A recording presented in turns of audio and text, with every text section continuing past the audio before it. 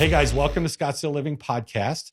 Today we're here in Old Town Scottsdale with Mona Amini, who is a doctor of psychiatry from U of A, right? From St. Matthew's University. Okay. But were you a U of A student? I was ASU. ASU. Oh ASU, my gosh, yeah. right off the bat. I just ruined the whole podcast. I'm so sorry. Wow, I should have known that information. Sun Devil for life. yeah, I love it. But you're actually a native as well, right? I am. Okay. I grew up in Scottsdale. And you've been here forever, huh? I have been here forever, Good as for long you. as I can remember. So did you ever want to leave? No, not Okay. really. So I Yeah. have left for med school. I did about 2 years it was a wild kind of story, but I can start with Sure, that. yeah, of course. Yeah, So totally. my husband and I met before actually I started ASU. We Mhm. started dating when I just had started ASU. Oh, In wow. my first semester It's a true love when you were young, huh? I know. So we were dating my first semester, and it was his actually last semester at Oh, wow. ASU. Okay. And he was wanting to go into med school. Mhm. That was kind of my vision, Sure. almost 100%. And long story short, we got married by my sophomore year. Wow. I was very young. Good I for was you. 19, That's cool. not arranged, Yeah. totally true Not love. arranged. I love it. I always have to say it There's no just with dowry in there or Persian anything, yeah. background. Yeah. First generation Persian. Sure. But we decided around that time, because we were married, we didn't want to split. We didn't want to have like somebody in med school in Sure. another state. And it was, he was a couple years ahead of me, Mhm. actually. So we just went full fledged, and we went to the British West Indies, which was Sure. the Cayman Islands. We studied together. Mhm. Within about 2 or so months, So that's maybe just gotta be less a than that. horrible place to go to school, right? Well, just you wait. Oh, here we go. So we had quite an experience early Really? on there. It was pretty special, and we went through about 2 hurricanes there wow. until the major hurricane hit, Right. and we were anxious to kind of leave this time because we thought it was going to be pretty bad. Sure. So we did go to Miami. Mhm. They were telling us it was going to be pretty severe, and it ended up being a Category 5 hurricane. Oh my That was gosh. Hurricane Ivan. Yeah. And in Miami, it was actually going towards Miami. So we had a really great family friend that was working for American Airlines at Oh, that got you on time, that plane out who of got town, us huh? back on a plane to come back to Phoenix. Sure. And we thought, okay, it's a hurricane. God knows where that's going to go. Yeah. It always goes left, right, north, whatever. Wherever it wants to go. Well, it leveled Cayman. Oh my It gosh. leveled. Actually, Wow. we were looking at satellite photos after the fact, and that whole island was underwater. Like you couldn't really see it. Oh my, and that's the island that you were living on? Yeah. Oh wow. So That's we crazy. luckily, evacuated in time. But the nice thing was the school actually had a concurrent master's campus Mhm. in no other than Portland, Maine. Oh wow. So Wow. we decided to, we're not going to drop everything. We'll go. Sure. We'll take the leap, and we lived in Portland, Maine for a couple years. Wow. Just So kind of that's going polar through opposites, right? totally polar Yeah, yeah. opposite, but growing up in Scottsdale, Sure. never waking up to snow, Yeah. never waking The up four to seasons, the oh my colors. gosh, Yeah. and goodness, the Northeast and their fall, Yeah. It's I to this mind-blowing, isn't it? day was absolutely mind blowing. A little bit of So lobster in there too, I gotta imagine, right? Yeah. lots of good seafood. Cool. So when do you guys finish and you migrate So back? we kind of did our 3rd year in New York. We Okay. lived in Brooklyn, New York for Wow, a love year. it. That's cool. And then our 4th year was kind of spread through across the states, St. Louis, Sure. Denver, Colorado, and And is here. this traveling or is this while you're going to school? This is during your school. So your Okay. course of medical school is 4 years, Mhm. and then you do your residency training. And this was all special experiences. So I Wow. did live somewhat elsewhere. Sure. Sure. But Scottsdale was always home to me. I Love it. really, really wanted to be back Right. every time we left. Yeah. So So you knew this is where you're gonna end up. and that's so we couples matched Mhm. in what's now Banner University Phoenix Medical Center, Okay. which was before it was Banner Good Sure. Sam. Sure. And he does internal medicine, although he's in informatics, but I was doing my psychiatry for 4 years, and that I wanted to establish here and stay here. And Sure. that's what happened. So tell us about your new endeavor. So over the course of a little over 10 years, I have been through the spectrum of almost all psychiatry. So I've been only an adult psychiatrist. I used to see adolescents as well, like so 15, 16 and up. But I was doing a lot of executive work, administration, medical directorship, geriatrics, nursing home and things.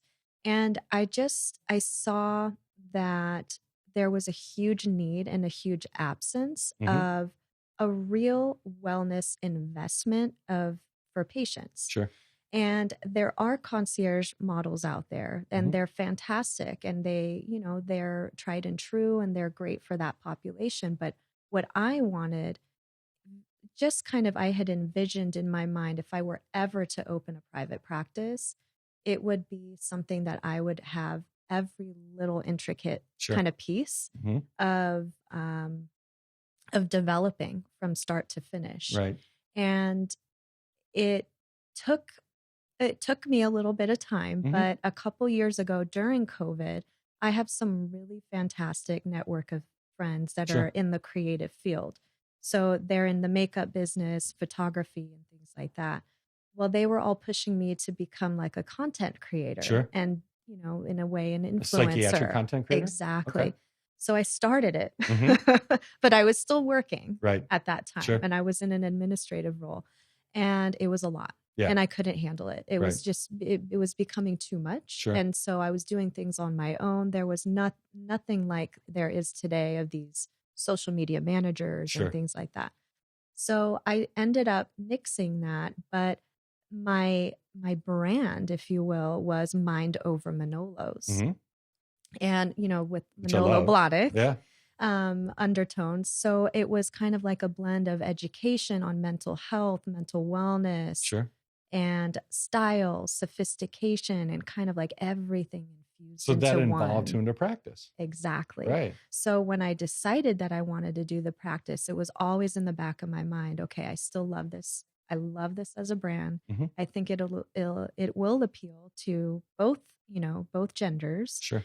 And that's where I'm going to start with. And that's where it developed. So I just opened the office just a few weeks ago.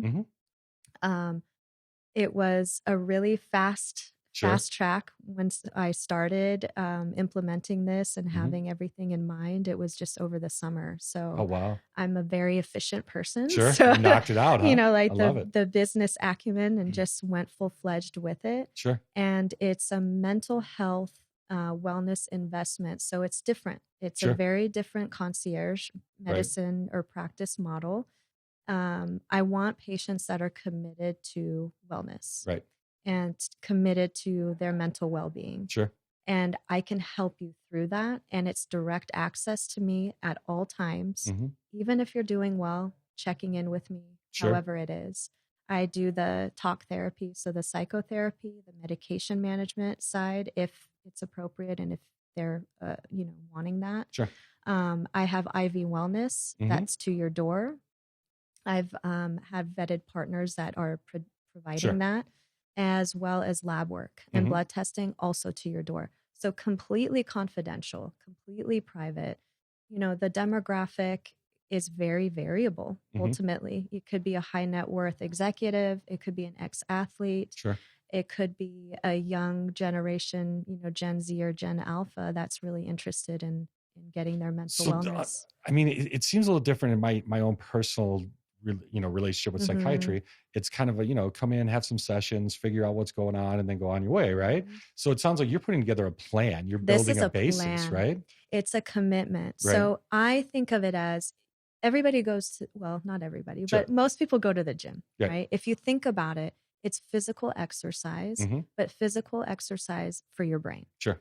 You always have to upkeep it, even if you're doing really well. Right. And this was a commonality with my previous outpatients. Sure. It was, they were doing really well. I would get them to this fantastic apex, right? And then after 4, 5, 8 months, they were slipping. Sure. They'd call in a panic. Yep. How do I get in to see you, et cetera? And I'm like, well, if we had much more, touch Right. points in between, then I could have Wouldn't prevented happen. Yeah, that for totally. you. And the problem too in healthcare right now is the payers delegate Yeah. and Yeah. everything. We So could really go down a rabbit hole there. oh right? yeah, that I won't even touch that Yeah. right now. But because of that, a psychiatrist who's an MD, I Mhm. can't give you talk therapy. I Right. can't give you psychotherapy. They want it to be divisive and for you to go to see like a therapist or a PsyD or a PhD for that. Well, that's not fair. I've Right. been trained in that. Yeah. And I can help you to a certain extent. And that's just kind of like that one-stop shop that I Sure. wanted to do. Sure. That's amazing. Implement. Yeah. So, I mean, you're a small business owner at this point, I am. right? Oh, yeah. So, I mean, how are you getting clients? I mean, how does that process look? It's I have really great help Sure. with Sure. networking, and I've been doing some really great things with PR. I've been posting and just kind Sure. of marketing on Getting the word out on there. social media Mhm. as much as possible. But I have some underlying networks of individuals that hopefully over time we Mhm. can engage clients that are or patients that are interested. Sure. Ultimately, it's small business, right? So Right. you have to kind of wait Yeah. for Yeah. people to flood Got to the build up gates. the whole thing. Exactly. Yeah, totally. It's about networking and getting your name out there for Sure. sure. And I mean, it just makes sense that it should, your psychiatric care and your health and well-being should be forever, right? Always. Yeah. I'm a true believer in that. Mhm. I'm a true believer in that. Sure. And it's Sure. kind of, I mean, it's kind of exciting time, I feel like, in the medical world, right? Because you're Yes. seeing a whole bunch more holistic treatments and Mhm. everything else. Yeah. And the psychiatric thing is the exact same. Because I Yep. mean, historically, I look back at like my parents or family or, the older generation, they didn't really believe in it as much, right? Yeah. And you can see that, and it's and see that it didn't really work. And it also, I mean, touch a little bit about the mental health state of the U.S. I mean, it's just not there. It's I think it's not just the US though, Yeah. it's around the world. Sure. So I actually have friends that I've helped their family members kind of navigate these things all over the world in Sure. different Wow. countries and Right. different situations. And it's different. We have some really great strategies here and techniques Sure. and really great machines that could do really great stuff. But at the end of the day, it's about that person hitting the door Sure. of the doctor's office. Right. And that's where we're still kind of like divisive. We're Sure. not getting to that point where the stigma is completely Mhm. gone. I think it's gotten better, and I've been really a big proponent of this over Mhm. time, and that's something that I'm really excited about. That now that I'm a business owner, I have my own practice, I'd really love to do more of these types Sure. of things, but it still needs work. And the nice thing is, athletes are talking about it now. Sure. Celebrities are talking about Yeah. it now. We're seeing this more and more, and this is engaging kind of more of that youth Mhm. population because they're the ones watching TikTok Yeah. and LinkedIn and locked up for 2 years for Instagram. COVID, right? I mean, what's Yes. going to be the fallout of that? Oh my gosh. The Yeah. number of phone calls that I got from Sure. family members or friends that had children that were just sliding into a major depression. Right. That was rough. So Yeah. I had to really help counsel people Sure. in a Yeah. passive manner. But yeah. Well, and I understand you don't work with children, but I mean, there's Right. got to be something even for, the adolescents that kind of went through that as they're going yes. to school now or they're Oh, going yeah. to college. That's got to be an underlying theme in their mind, right? Absolutely. Yeah. Yes. They feel like they've missed out on a lot Sure. during those 2-3 years. Some miss their graduations, their know, it's proms. yeah. These are things that they kind of hold against the pandemic Sure. and things like that they didn't get to experience. I mean, my son graduated from ASU during COVID, Oh so yeah. didn't happen. No, Didn't it's happen. virtual or it's not Right. the same. You didn't have Yeah. your family there. So it did, and it hit that population Sure. and that demographic of students and kids very deeply. Yeah. Probably just as much as it hits a lot of the adults too, Sure. because we weren't having that interaction. But if you think about it, the children and those adolescents, they feed off of Oh yeah. social Yeah. interaction way more than the Well, adults. and that's where And they TikTok didn't became a have, rage, right? It's yes, like, yeah, yeah, and it's crazy. FaceTime and Right. everything. And Yeah. yeah, they needed that engagement for sure. Sure. So do you find like the average person just walking around, I feel like should be talking to a therapist or a psychiatrist. I mean, really, just to Yeah. kind of like check in Yeah. and have a baseline. I mean, is that accurate? I don't know if everybody Mhm. needs it. I do feel very strongly in the executive world, Sure. in the corporate space, even if you are a small business owner, but you're leading that, Yeah. therapy, oh my gosh, it will change your life. Sure. I really think it does. You have an external body aspect of everything that's going on in your life to kind of navigate it Hmm. and give you direction Sure. and give you a little bit of like, here's the work life balance that you have right now. Let's make that better. Right. How can we get your relationship with your spouse better Hmm. because you're traveling 90% of the Sure. month? Sure. So things like that. And you can have these conversations with your friends, with your family members. It's not the same. Yeah, of course. It's You not a know, third party. Yeah. you need that third party. Sure. You need that kind of like a mediator liaison to Hmm. look at things from an outside experience and say like, maybe not the Yeah. greatest relationship for you right Yeah, now. no, 100%. And it's funny because I deal with small business owners every Yeah. single day. Yeah. And I would say the number one probably reason that they don't get the help that they should is like time, right? Yes. Because they just don't know how Right. to necessarily manage it. Right. And they have to prioritize it, Yes. And I kind of feel like if they came into your program and prioritize that as part of their life, it's Yep. going to make their business better I think as well so. as their life, right? That's the goal. And Yeah. actually, the reason why I have it as a subscription model is, hey, make me your first Wednesday of the month Sure. at whatever time. And in fact, they can come into office, and the kind of the mandate that I have is, listen, I need to see you at least once, at Right. least in the office, in person. Come feel it out, come check it out. We build rapport with one another. Sure. And then if after that you want to do just virtual and you Mhm. want to just do telemedicine. So is it a hybrid model? It is. Sure. That's Yeah. great. Because your priorities are, listen, I'm going to be in the office, or I'm out of town. I'm in Denver for, Mhm. half the year because of whatever.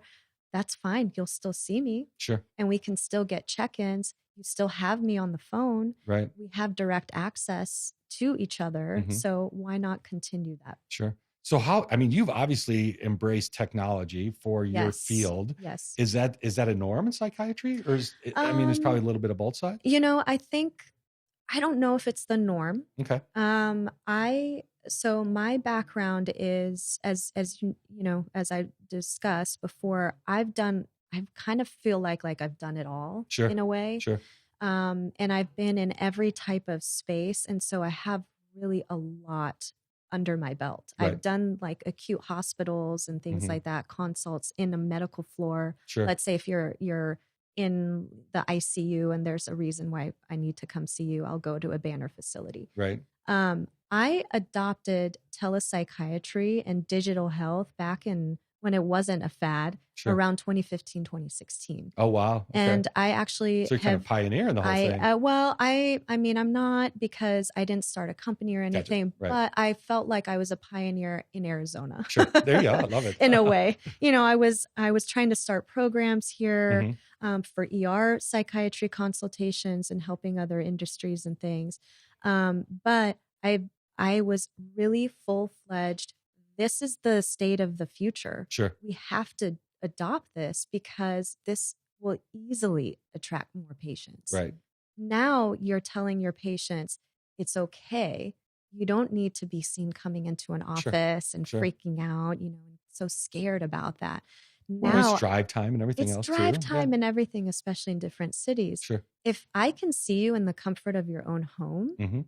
in a private setting, confidential, no one needs to necessarily know. If you're still, uneasy about it, why not? Yeah. Totally. And so I actually helped advise telehealth startups. I Mhm. was building out like behavioral health and mental health programs Wow. around the country for Sure. different companies, just because it's my passion. I've Sure. just always mental health wellness, psychiatry, that's the future, is digital health and adoption Sure. of these things. So do you find that there's some people that just shouldn't do it virtually? Or I mean, is there like a level of where you're at in your care? There is. Yeah. I think the biggest hindrance is the geriatric population. Yeah. And Unless is that a technological barrier? it's a technological barrier. Yeah. It's just, unless the only way that I saw that it was really beneficial was if their grandchild was sitting next to them and can navigate any audio or visual stuff going on. That's Grandma, hilarious. I got it. You know, this is the button you click. This is how you unmute. That's how it went, you know, really well. But for the most part, it's worked. Yeah. And it works across the spectrum, children up until the older population. So is there a level of, I mean, and again, with HIPAA laws and everything else, I'm not familiar with it. But so how is the technology built around that whole thing? Because I'm sure people are concerned about it. I mean, it's not just a FaceTime video, is it? No. Okay. So a lot of times, and I'm glad you asked that, because during the COVID pandemic, the regulations eased. Because a lot of physicians, they had to, right? Because you still needed to see your doctor, and not all these doctors had these HIPAA compliant platforms that they could use to deliver telehealth. So they were allowing FaceTime and Zoom and GoToMeeting and things for that, even though it was kind of iffy about the confidentiality. Well, now and before, but now more so, lots of electronic health records have a telehealth platform built in that's cool. Completely HIPAA compliant. In fact, that's what I use. I used one 2 days ago. Yeah, it's crazy. Exactly. Teledoc, I think, or Telodoc. Yes, like that. That's one of them. So there are multitudes of different platforms that are just for that, and it's HIPAA compliance. There's, you know, it really should be very easy for the patients to understand this is very confidential. And is there a benefit? And I don't know the answer to this question, but is there a benefit? Are they recorded, the sessions? I mean, is that something that you can use? No. Yeah, so what we do is we do everything kind of live. If we're doing any kind of recorded session for a patient, we have to let you know that we're recording, and it should be for a reason. For example, I've done recorded mindfulness meditation sessions. Okay. And it's mostly me talking. It's not the patient, but the patients want it so that after a certain amount of time, they can just hit play. They can listen to my voice. And exactly. That's too cool. Yep. I love it. Yeah. So when your average person comes to you, whether it's an executive or an athlete or whatever, is it normally because they're in a bad space? It's been 50-50 for me. Sometimes it's been more preventative. I want to get this started. Because it's like maybe creeping the wrong way. Yeah. Others, it's been, they're not in a really great place because they've just had, you know, they haven't had great experiences with traditional psychiatry before. And they feel that over the course of however many years on this medication regimen or whatever, it wasn't working very well. And they're kind of tired of it. They don't want these symptoms anymore. They don't want these side effects. They want to be able to sleep. They want to live their life. So it's, for me, my experience has been kind of 50-50. Okay. Which is pretty good. Yeah, that's actually I don't want great. everybody coming to me like in a you know, basket, like, oh my gosh, this is a what do I problem. do? And the thing is, what's really neat, what I implement too, is my lab work, the blood testing that I do, I do that for every patient at the first visit, after the first visit. So does it, I mean, it helps you identify potential issues? Yes. Is that where you're at? Yes. So there might be underlying medical issues. There might be like thyroid, you know, anemia, things like that can directly affect our mental state and our sleep and our anxiety. The other component is I implement pharmacogenomic testing, and that's one more time. Pharmacogenomic testing. So what that does is, let's say, and I've had this happen, I've had clients or patients come in that have been on the same med regimen for years. And they're like, it doesn't work, but I don't want to try. I know. I don't want to try anything else, but it just doesn't work. They're on max dosing, etc. And I'm like, well, let's do pharmacogenomic testing. Let's see if your body even takes to that. And lo and behold, it doesn't. Wow. So we switch them to something. That's fantastic. So it's kind of looking at your DNA. Which ones are going to work for you? Which ones are kind of like, absolutely not. You should not use this because you're going to be one of those very few that has all of the side effects of that med. And then here's the green line. And those are the ones that are safe to use that actually will work. Mm-hmm. That has just, it's really It's revolutionized our crazy. field. Right. Yeah. And it's not just in psychiatry, they do it for oncology and other practices as well. Sure. But for me, I think it's really helped my patients. So what percentage of people would you say it comes back and says, hey, you're taking this and it's really not doing anything for you? Ooh, it's that were not my patients before that were coming in. Yeah. There's a lot. Wow, that's crazy, right? So there's a lot. So they're going through this medication and thinking it's doing something, and just biologically it doesn't do anything. And this was another reason why I wanted more of that subscription model, because I need to know how you're doing. Yeah, totally. I really want to check in with you. And it's not that I want you to come in and see me and, we have a casual conversation. Sure. No. Are you doing well on the meds? Right. What are your side effects, if any? Do I need to change it? Or if you even need the medication anymore, can we change it to an as needed so you don't have to take it every night? Right. Because I consider myself fairly conservative. I don't like to push this. Yeah, of course. I actually really dive deep into how therapy can help more so than just meds, because the combination with wellness, with nutrition, because I go over your diet, I go over your nutrition. Are you exercising? Right. You can't expect all of this to happen overnight and then you're still eating McDonald's 3 times a day. Totally. Right. So yeah, it's a give or take. Yeah. Well, I'm glad you brought that up, right? Yeah. Because I really feel like the medical field as a whole is kind of leading away from big pharma, hopefully, knock on wood, and obviously it serves a purpose, right? But it was going to be a leading question I'm going to ask. So, when you're treating people and you're going through, and obviously with your experience and education, you can prescribe medication and everything else, right?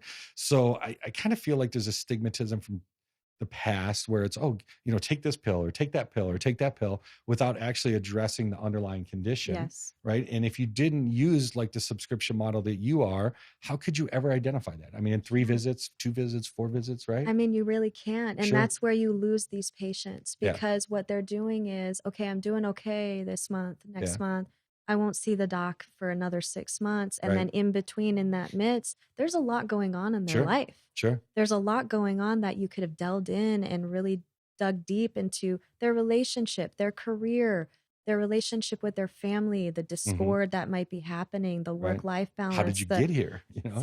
Exactly. So that's why, I mean, it's an all-encompassing model for that very reason. Sure. And that's why I feel like this is the wave of the future in a way for healthcare, and it really should be where it should be at. Right. But we have a lot of like other regulations and other things that we have to keep in mind to get through. But I think people can be very successful in this model because it's an all over holistic. And I'm more on the side of, I don't want you to always come and see me when there's a fire. I don't want to have to put out a fire every time. I want to get you to a point where it's more preventative. Yeah, absolutely. How can we get you to the point where you're not having a panic attack every time? You know your triggers or whatever. Exactly. That's crazy. Yeah. So, I mean, obviously everybody would have their primary care physician and you go in for your checkup every 6 months or whatever. So through the model that you've developed, what does that process look like? I mean, is that once a month, or is it very per patient, or what's the goal at the end? So my membership is a long-term commitment, although I don't have a minimum contract period. So if you wanted to stay with me for 3 months, if you wanted to stay with me indefinitely, great. That I really want somebody to be dialed in and really invested in this, because if you're not, then it's not going to suit either of us, right? So that's why I didn't make a minimum commitment period. What happens is there's 2 membership tier models. There's a gold and platinum that I made. And the platinum is a lot more direct experience and like direct access to me. You need me same day, I'll get you on, or get you in person. We'll do that. Much more of the talk therapy and medication management side. And then every one of those tiers, though, is monthly. Gotcha. You don't have to see me monthly, but it's inclusive of your membership. Why not? It's 30 minutes or it's 50 minutes. So I would hope that you would carve in for your own wellness 30 minutes a month with me. I think we can do it. Sure. I'm not too bad. Yeah, no, absolutely. That's fantastic. I mean, how did you get here? How did you get to this model? I mean, is it just the years being in the industry? Yeah, it's the years being in the industry. I was one of the very, very few out there that went into med school wanting to do psychiatry. Okay. And I actually remember my psychiatry professor that was like, this is like really unique, very rare. Sure. And I was, always raising my hand and I know this, I know that. Yeah. So I always had a passion underlying. And, after a little over 10 years of being in the world of psychiatry, delving into literally everything, geriatrics, like you name it, I was doing it. Right. I kind of took it back to, where do I really want to go and foresee where I can really make a difference? Right. And that's where this all came about. Yeah, 100%. Fantastic. Yeah. So share all your information with us, websites, hashtags, Instagrams. Sure. Yeah. So my website is mindovermanolos.com. Instagram is the same. So Mind Over Manolos is my Instagram handle, if you will. The phone number of the office is 480-787-1644. Wonderful. Yeah, we'll share all this as well. Yeah, yes. But it's just really exciting. Yeah, it's pretty cool. It's a really unique model. It really is. Yeah, the office is off of Raintree in the 101. I really, just being a native, I really wanted to kind of be in that North Scottsdale kind of corridor, but also get hit the vibe, the mountains. Yeah, and the whole vibe, thing. the vibe of the mountains really just hits home for me, and it really creates a different energy and experience. And I also wanted to be convenient for those that might need to commute. Sure. And then the air park is there. So yeah. Come out of your hangar and come see me. There you go. I love it. So we're going to throw a curveball at you real quick, right? Sure. As a native, you've been here for a long, long time. Yeah. Favorite restaurant? Scottsdale restaurant. Oh, gosh, I have so many. Francine. Oh, wow. Okay. Yeah. That's nobody has thrown that one at me. That's great. Yeah. I am in love with French cuisine. Sure. And Francine is like my tried and true. That's fantastic, isn't it? I love it. Yeah. Yeah. Great. Well, it's Dr. Mona Amini. Thank you so much for being here. We really appreciate your time. Thank you. And we'll make sure we share all your information with everybody and have a wonderful weekend. Thank you so much, John. You betcha. Thank you for having me. You bet.